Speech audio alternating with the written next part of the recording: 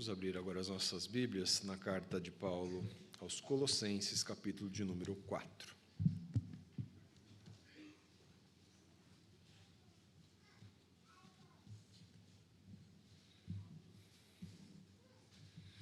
Nós vimos na semana passada que Paulo especifica deveres a várias classes de pessoas, né? A esposas, a maridos, a pais, filhos, servos, senhores, todos eles que morreram, que fizeram morrer a sua natureza, todos eles que foram revestidos como eleitos de Deus, todos eles em quem agora habita ricamente a palavra de Cristo. Por conta de tudo isso, eles deveriam, então, viver obedecendo ao propósito dos seus próprios chamados. E agora nós vamos ver como ele transborda tudo isso para todas as pessoas. Como ele indica que todas as pessoas que morreram com Cristo, que foram revestidas por ele, que estão ricamente sendo habitadas por essa palavra de salvação, como todas as pessoas, indistintamente agora, são chamadas a viver em novidade de vida. Nós leremos agora os versículos de 2 a 6, Colossenses 4, de 2 a 6. E a palavra nos diz assim: perseverai na oração, vigiando com ações de graças. Suplicai ao mesmo tempo também por nós, para que Deus nos abra a porta à palavra, a fim de falarmos do mistério de Cristo, pelo qual também estou algemado, para que eu o manifeste, como devo fazer. Portai-vos com sabedoria para com os que são de fora, aproveitai as oportunidades. A vossa palavra seja sempre agradável, temperada com sal, para saberdes como deveis responder a cada um. Senhor, mais uma vez, ó Deus, nós te pedimos que o Senhor seja gracioso para conosco e nos permita e faça com que cada um de nós possa entender a tua palavra. Que nós possamos enxergar, ó Deus, como ela se aplica a cada um de nós. E nós busquemos no Senhor conhecer mais do Senhor e como a tua palavra nos chama a obedecê-lo. E que assim, ó Deus, a nossa oração, ao nos aproximar do Senhor, seja para que o Senhor continue a nos transformar, para, por meio da nossa vida, que nós possamos viver para a glória do teu nome, obedecer ao nosso chamado, confiar naquele que nos chama e orar, perseverar por aquilo que o Senhor tem nos entregue. Nós oramos agradecidos desde já, em nome de Jesus. Amém. Meus irmãos, o tema da nossa igreja para esse ano 2026 é fé operosa na santificação, na doutrina e na missão. O boletim dessa semana tem um aviso a respeito disso, com um endereço, uma URL de um vídeo que foi gravado, falando sobre exatamente esse tema. Os pastores gravaram um vídeo comentando e explicando os motivos pelos quais esse tema foi escolhido e como ele se aplica na nossa vida, no nosso dia a dia. Uma fé operosa é algo que nós deveríamos desejar ter. Eu já usei, num estudo bíblico, a ilustração e o exemplo que eu vou comentar aqui, de um homem chamado George Miller, um homem que era um pastor. Eu ia falar um pastor alemão, mas, né? E ele era um pastor que nasceu na Alemanha, mas radicado na Inglaterra, que dirigiu orfanatos durante muito tempo da sua vida. E por todo o tempo que ele administrou orfanatos ali na Inglaterra, mais de 100 mil crianças passaram pela administração dele. E eu me lembro que quando nós falamos sobre isso numa quarta-feira de estudo bíblico, nós comentamos que ele nunca ele pediu oficialmente ajuda para instituições ou pessoas, mas ele sempre orou pedindo ajuda a Deus. E que ele tinha mais de 50 mil registros de orações que foram atendidas por Deus. E tem uma aqui, que eu não contei naquela quarta-feira, mas uma ocasião especial, quando no café da manhã, no momento do café da manhã, o café da manhã ainda não havia chegado. Naquele momento, ele tinha 300 crianças sob a sua responsabilidade. E ele chega no momento do café da manhã e ora junto com as crianças, agradecendo ao café da manhã que não havia chegado. E, impressionantemente, poucos minutos depois, os padeiros trouxeram pão fresco, o leiteiro entregou o leite e não cobrou nada, porque o atraso daquela manhã tinha se dado por conta de uma pane no carro do leiteiro. Não havia chegado em tempo, mas Deus havia providenciado. E ele creu, e orou, e pediu para que o café da manhã chegasse, e agradeceu pelo café da manhã, que ele ainda não tinha visto, mas que ele confiava que Deus ia entregar para aquelas crianças. Que fé extraordinariamente operosa desse homem. Que fé impressionante, a ponto de crer, não se sabe como, mas que Deus haveria de prover. E ele muitas e muitas vezes experimentou a provisão de Deus. Assim deveria ser a fé dos colossenses, é disso que Paulo está falando. Eles deveriam orar com tamanha convicção que eles não duvidassem. Assim deveria ser a vida daqueles que foram chamados e que não haviam de ser enganados por falsos líderes ou por falsas doutrinas. Assim deve ser a nossa fé ainda hoje, meus irmãos. Que grande desafio que nós temos, não só para 2026, mas para a nossa vida, não é? Viver uma fé operosa na nossa santificação, na nossa doutrina e na nossa missão. A exposição desse texto de hoje nos ensina que a nossa postura diante de Deus e diante dos homens sempre vai manifestar a fé que nós temos lá dentro do nosso coração, seja ela qual for e em quem ela estiver depositada. Veja só como a nossa postura diante de Deus manifesta a nossa fé. Depois de ter dado, então, orientações específicas para mulheres, maridos, pais, filhos, servos, senhores, Paulo agora vai orientar a todos de maneira geral, indistintamente, quanto à postura e quanto aos procedimentos que são essenciais a todo aquele que é chamado por Deus.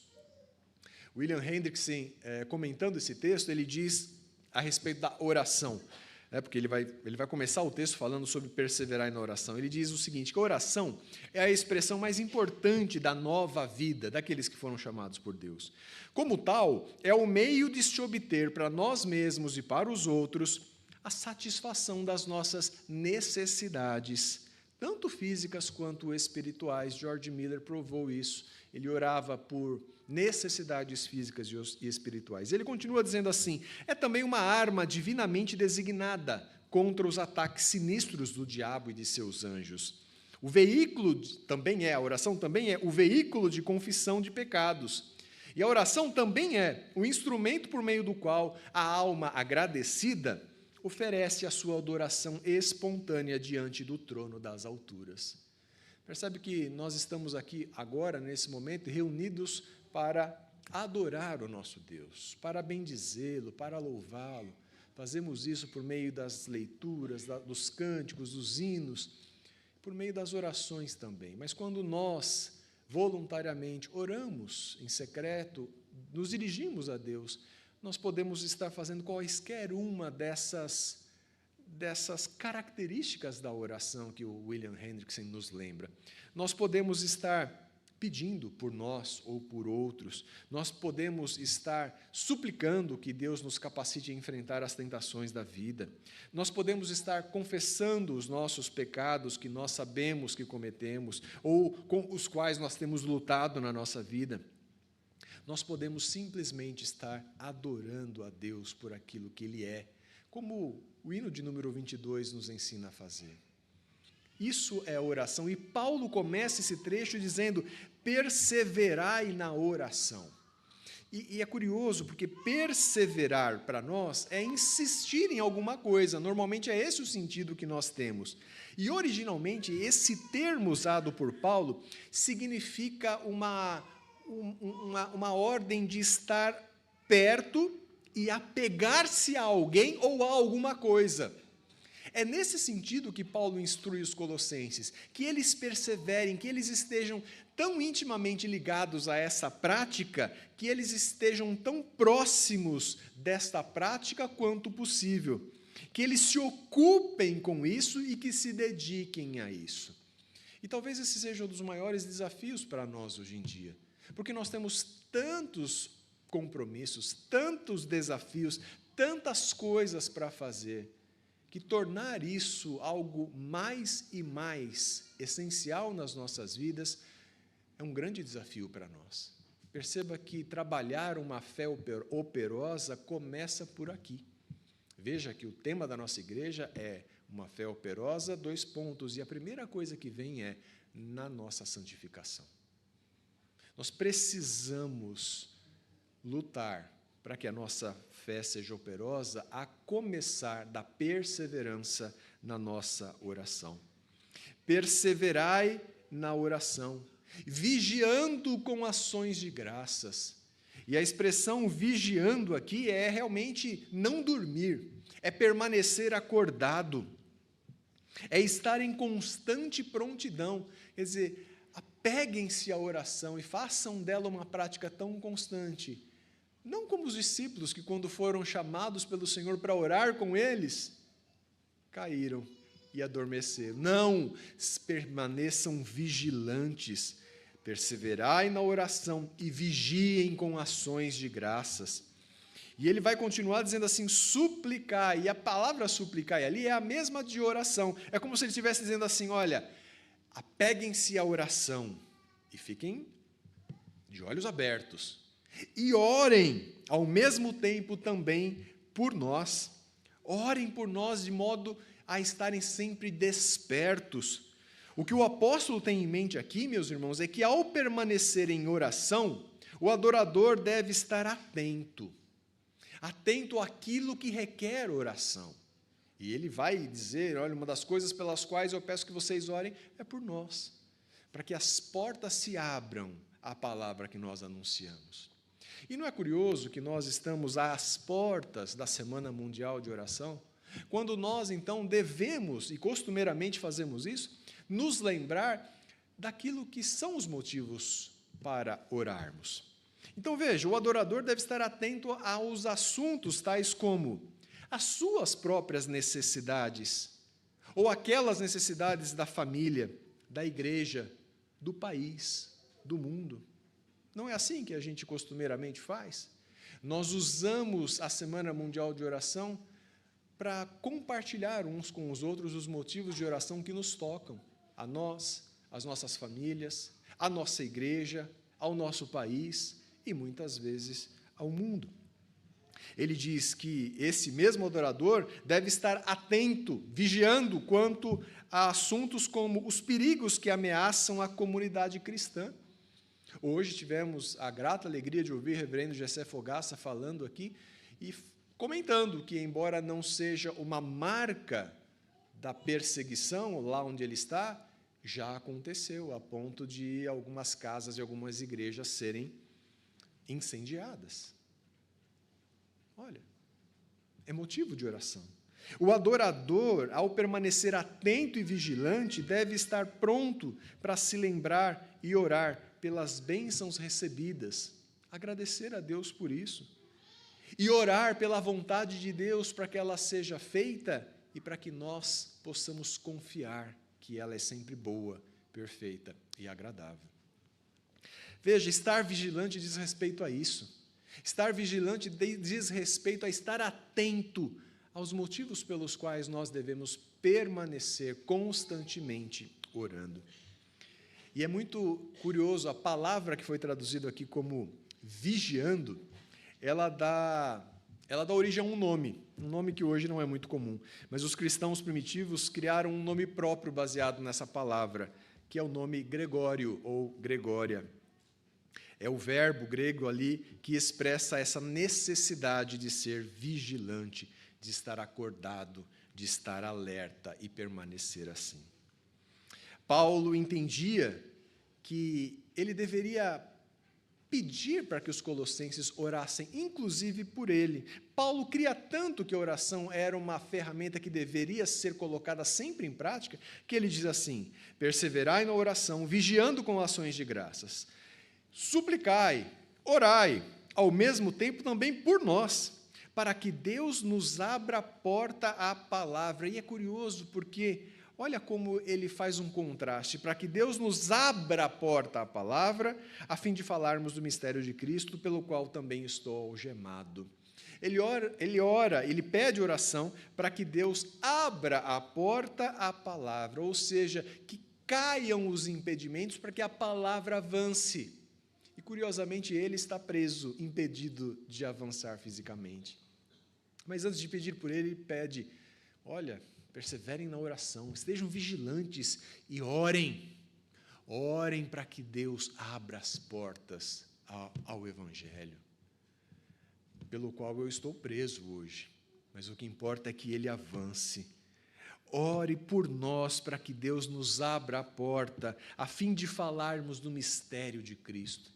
Paulo está dizendo a respeito daquilo que durante muito tempo foi um grande mistério, um mistério aos gentios, mas que agora deixa de ser mistério e é revelado a todos aqueles, de todas as nações, de todos os povos, de todas as línguas, e ele fala, orem. Colossenses, vocês que morreram em Cristo, vocês que foram revestidos de Cristo, vocês em quem habita a palavra de Cristo, vivam em oração, orem por nós, orem para que Deus abra a porta à palavra, a fim de que aquilo que foi um mistério, o mistério de Cristo, possa continuar a ser anunciado. E ele diz assim, para que eu o manifeste como eu devo fazer. Paulo entendia tão bem o seu chamado e a sua vocação. Olha o contraste, do primeiro momento do chamado de Jeremias. É lógico, se nós nos lembrarmos do primeiro momento do chamado de Paulo, nós não vamos ver assim tão grandes diferenças, mas como Paulo entendeu o seu chamado, eu devo anunciar essa palavra, eu devo anunciar o mistério de Cristo, eu devo fazer manifesto aquilo que antes era um mistério, o fato de que Cristo deve ser conhecido de todos os povos. Paulo entendia que ele deveria anunciar o Evangelho. Sabe como que eu devo anunciar? Como que Paulo deveria anunciar? Ele sabia como ele deveria anunciar. Paulo entendia que ele deveria anunciar o Evangelho com clareza. É disso que ele está falando, para que eu torne claro, para que eu o manifeste, para que eu anuncie de maneira clara, para que as pessoas entendam. Não é uma bênção quando a gente, às vezes, ouve alguém e fala assim, rapaz, entendi. Não é? Olha só, uma coisa que para mim foi tão sempre obscuro, mas ele explicou de uma maneira tão clara. Paulo entendia que esse era o propósito dele. Paulo entendia que ele deveria anunciar o Evangelho com intrepidez, isto é, sem medo, sem coibições, falando tudo. É assim que ele vai falar lá em Efésios também, que ele quer anunciar esse Evangelho com toda a coragem, com toda a ousadia. É assim que ele deve, por isso que ele diz como devo fazer, com clareza, com intrepidez, mas também ele vai falar de forma agradável. Ele vai falar na sequência, de forma agradável. É assim que ele entende que ele deve anunciar o Evangelho. E, por fim, com sabedoria, que também está na sequência do texto, para que ele possa saber exatamente que abordagem empregar quando ele for questionado por um grupo ou outro. E vejam com que grande sabedoria Deus o dotou. Veja, o Deus que chama é o Deus que capacita, é o Deus que dota as pessoas com aquilo que lhes é necessário para cumprir o seu chamado. Jeremias diz, Senhor, eu não passo de uma criança. E Deus falou, não diga isso, Jeremias. Não diga isso, porque as palavras que eu quiser, eu botarei na sua boca e você vai dizer, e você vai derrubar e levantar reinos por aquilo que você disser. Meus irmãos, percebam que a nossa postura diante de Deus vai manifestar a nossa fé em Deus. Como é que tem sido a nossa vida com Deus? Como é que tem sido o nosso dia a dia diante daquele que nos chama? Será que nós temos demonstrado essa fé da maneira como Paulo tem ensinado aqui aos Colossenses? Será que nós temos, de fato, orado com essa convicção como George Miller orava? Será que nós temos a certeza, a plena convicção de que Ele, de fato, nos atende, nos escuta? Será que nós temos sido moldados à imagem daquele que nos chamou, para que a nossa oração também esteja em conformidade, a ponto de nós podermos dizer assim: em nome de Jesus, amém. A nossa postura diante de Deus sempre manifesta a nossa fé, seja ela qual for. Mas a nossa postura diante dos homens também manifesta a nossa fé. Veja que é o que ele vai dizer a partir do versículo 5, quando ele diz assim: portai-vos com sabedoria para os que são de fora. Meus irmãos, não apenas Paulo, o apóstolo, ou a atual liderança da igreja, deve se preocupar com o anúncio do Evangelho. Ele deixou claro que ele se preocupava com isso. Orem por nós, para que Deus abra as portas à palavra e nós manifestemos Cristo, como eu sei que eu devo fazer. Ele sabia do seu chamado, ele sabia da sua responsabilidade. Mas isso não é algo, não é um encargo restrito apenas a Paulo, aos apóstolos ou à liderança da igreja. Na verdade, essa deve ser a postura e o compromisso de toda a igreja. Olha como ele começa o versículo 5: portai-vos com sabedoria para com os que são de fora. Portai-vos é uma palavra que, na maioria das vezes, no Novo Testamento, é traduzida por andem. Parece muito diferente, né? Mas não é. A palavra ali tem uma indicação do lugar por onde se anda e, muitas vezes, da roupa com a qual você está vestido enquanto você anda. Por isso ele traz uma conotação do tipo assim: vejam como vocês estão andando. E vejam de que modo vocês estão andando. Será que vocês estão se portando da maneira correta?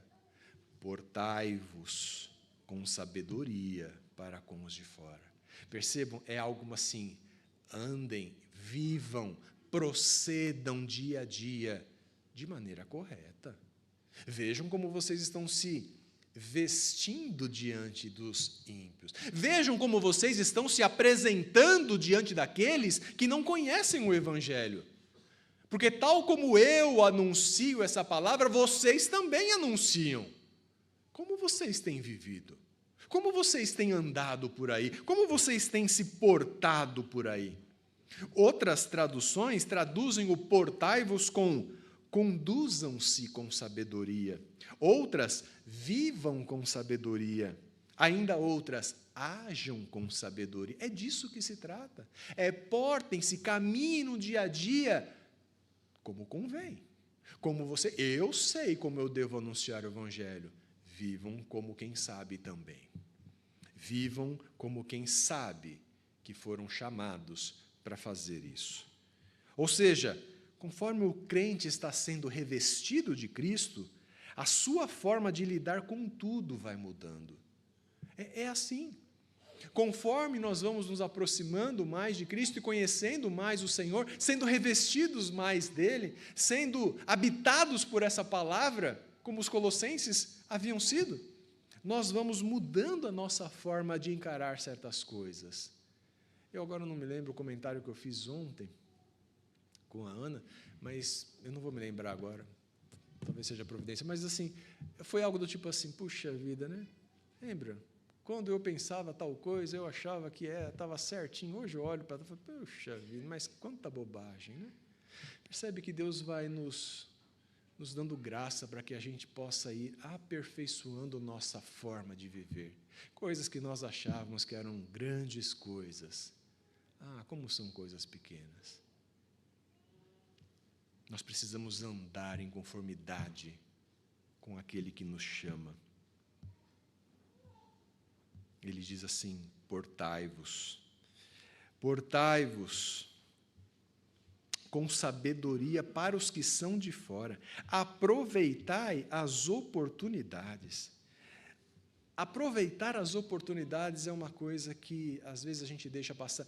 Mas é interessante ver que essa expressão que foi traduzida desse jeito é literalmente uma expressão que não faz sentido para nós, que é, na verdade, assim, comprem o tempo. E a gente não usa essa expressão, né? Comprar o tempo? Como assim, comprar o tempo? Mas ela é muito parecida com a expressão que Paulo usa quando escreve aos Efésios. Lá, ele diz assim: portanto, vede prudentemente como andais. Perceba, é o mesmo contexto de instrução. Não como nécios, mas como sábios.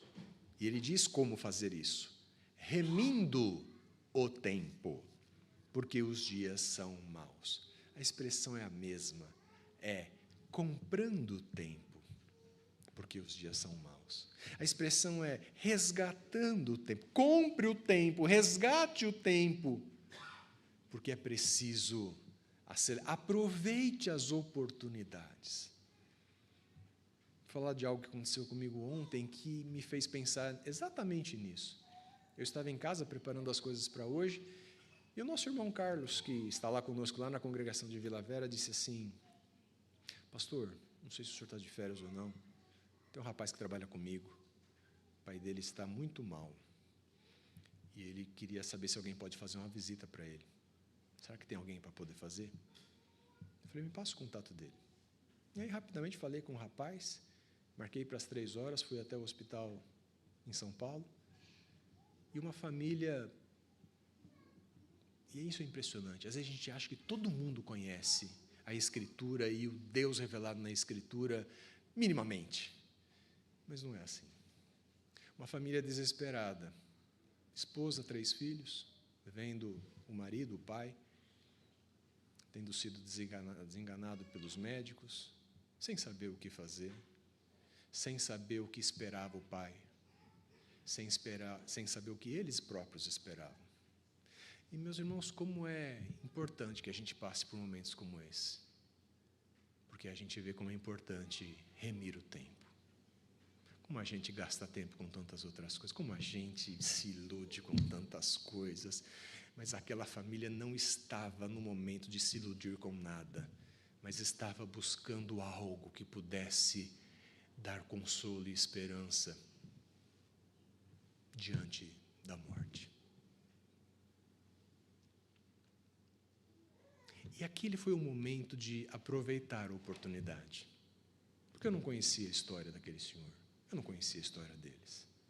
Mas foi um momento em que você pode fazer aquilo que se espera que você faça, que você compartilhe a boa nova do Evangelho. E lembrar as pessoas de que há esperança para todo aquele que crê em Jesus Cristo, para todo aquele que morre com Cristo, mas que é ressuscitado com Ele, para todo aquele em quem habita ricamente a palavra de Cristo, há esperança.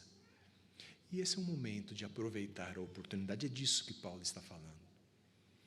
A palavra tempo aqui, que foi traduzida como oportunidade, ela não diz respeito ao tempo cronológico, aos minutos, aos segundos ou às horas.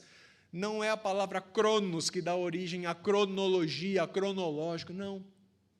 É aquela outra palavra que a gente conhece, já ouviu falar bastante vezes, que é a palavra kairos. Ela diz respeito não a um momento específico de contagem de tempo, mas a uma oportunidade. E é disso que Paulo está falando. Comprem as oportunidades. Nós precisamos remir cada uma delas. O significado aqui é, olha, nós estamos num momento entre o já e o ainda não. Cristo veio e vai voltar. Não sabemos quando. Aproveite o tempo. Meus irmãos, essa é uma mensagem para todos nós. Ele já veio e ele vai voltar. Aproveite o tempo. Aproveite as oportunidades, porque os momentos passam. E quando nós menos esperamos, eles passam pelos nossos dedos. Portai-vos com sabedoria para com os que são de fora, aproveitai as oportunidades. A vossa palavra seja sempre agradável, temperada com sal, para saberdes como deveis responder a cada um. Seja sempre agradável. A expressão aqui é muito bonita. É assim, que a vossa palavra seja sempre em graça. Que ela esteja sempre permeada de graça. Que seja sempre uma palavra imersa na graça. Veja, não seja uma palavra meramente condenatória, não. Mas que seja uma palavra que mostre um sinal de graça para todos aqueles que crerem. Que seja uma palavra temperada com sal. Nós somos chamados de o sal dessa terra, a luz desse mundo. E o que está na cabeça dos colossenses, quando Paulo escreve dizendo que a vossa palavra seja temperada com sal, não se trata de uma receita culinária, mas eles sabiam que o sal impedia a corrupção das coisas. É difícil imaginar que essa ideia estivesse ausente da mente de Paulo quando ele escreve isso.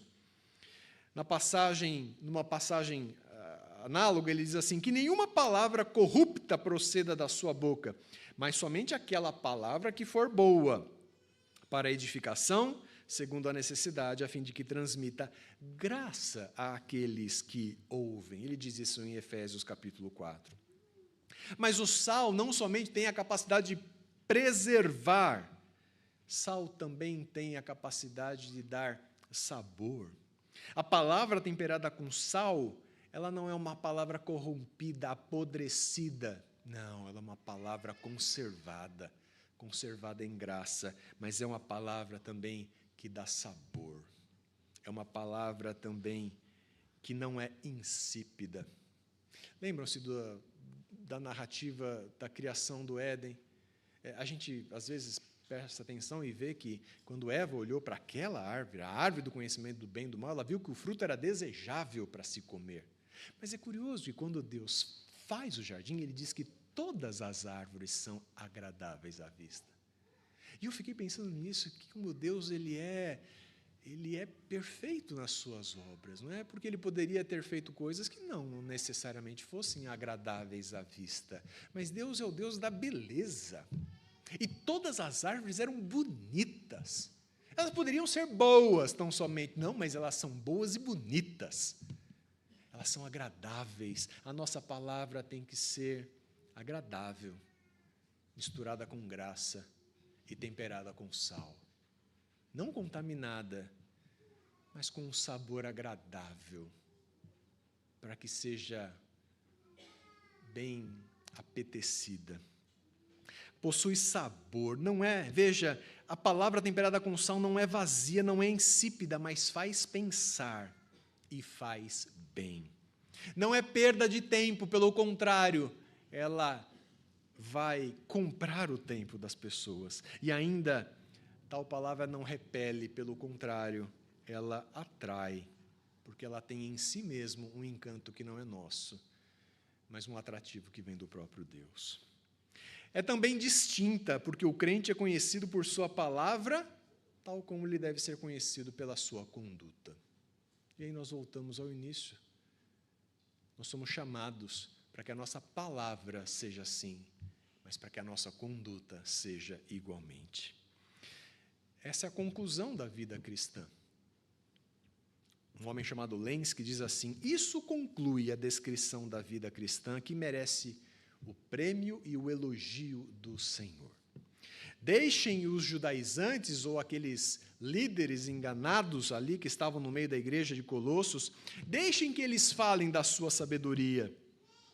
Deixem que eles pronunciem aquelas palavras insípidas, para não dizer insensatas. Eles não têm conteúdo sólido da sabedoria, nem o atrativo da graça e do tempero. Os homens rejeitam tais pratos. A nossa palavra deve ser tal que faça os homens a buscarem cada vez mais, até se tornarem cristãos. Não depende de nós, é claro, mas no que depender de nós, a nossa palavra deve ser assim, cheia de graça, bem temperada, apetitosa e desejosa de ouvir mais. O alimento que oferece, o alimento que esses homens ofereciam, era um alimento barato, tanto em conteúdo quanto em tempero. Não é esse o alimento que nós temos para oferecer. Não é assim que nós devemos nos portar. Percebam? Se a nossa fé diante de Deus, ou menor, se a nossa postura diante de Deus manifesta a nossa fé, a nossa postura diante dos homens igualmente manifesta a nossa fé. Qual é a palavra que nós temos usado para eles? Como que tem sido a nossa postura diante deles, diante dos de fora? Meus irmãos, a nossa postura diante de Deus e dos homens sempre manifesta a nossa fé. Voltemos a George Miller. A persistência dele exemplifica a vigilância e a gratidão na sua oração. Abre as portas para o testemunho de Cristo, por certo, ele teve muitas oportunidades e as aproveitou. E a conduta sábia e graciosa dele atraía os de fora, porque sem pedir diretamente a eles, eles vinham e entregavam aquilo que eles precisavam. Ao longo da vida de Miller, ele registrou, como eu disse, mais de 50.000 orações que foram atendidas. Muitas delas no mesmo dia. Ele registrava quando ele pedia e ele registrava quando Deus o atendia. Conhecer Jesus Cristo deve mudar a nossa relação com Deus e a nossa relação com o mundo. Nós não vivemos mais como vivíamos antes. Os nossos valores não são mais os mesmos. A nossa visão de mundo não é mais a mesma. A nossa expectativa quanto ao futuro também não é mais a mesma. E eu te pergunto, como que nós então podemos manifestar, evidenciar uma fé operosa neste ano? Na nossa santificação, perseverando e sendo vigilantes na oração. E Deus nos dê força para que nós possamos começar isso e não abandonar isso. Que Deus nos dê graça para que nós possamos nos empenhar nesse propósito de começar por nós, na nossa santificação, na nossa vida com Deus. Na nossa doutrina também. Nós temos a revelação de Cristo como nos foi entregue, como a fonte de sabedoria autoritativa para nós. Nós não dependemos de seres iluminados ou de líderes que venham trazer grandes novidades para nós, pelo contrário, nós temos acesso a toda ela.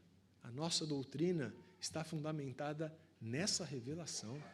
Valorizemos isso, meus irmãos. Valorizemos isso. Nos apeguemos à nossa doutrina para que ela nos guie na nossa santificação. Mas também na nossa missão, agindo de forma sábia e temperada para com todos. Nossa missão não se resume, não que fosse pouco, mas não se resume a apoiar os missionários que são apoiados pela nossa igreja. Essa é uma grande atitude da nossa igreja. Ouvimos isso da boca hoje do nosso querido irmão reverendo Jessé Folgaça. Ele mesmo disse, poxa, vocês estão apoiando 10 missionários. Que bênção. Mas não se resume a isso. Porque cada um de nós tem oportunidades, tempos específicos, momentos que Deus nos concede na nossa vida para que nós possamos nos portar adequadamente, anunciar a palavra com graça, com tempero, com sabor. E que assim a nossa fé seja operosa na nossa vida com Deus, na nossa doutrina e na nossa missão com aqueles que são os de fora. E assim a nossa postura diante de Deus e diante dos homens vai manifestar a fé que nós professamos. Isso serviu para os colossenses quando eles se viram ameaçados por falsa doutrina, por falsa liderança e por falsa santificação. E Paulo os adverte, vocês têm tudo o que vocês precisam. Apeguem-se a isso e vivam de acordo com isso. O Senhor tem nos dado tudo aquilo que nós precisamos. que nós nos lembremos disso. O Senhor tem nos dado muito mais do que nós precisamos. Ele tem sido conosco.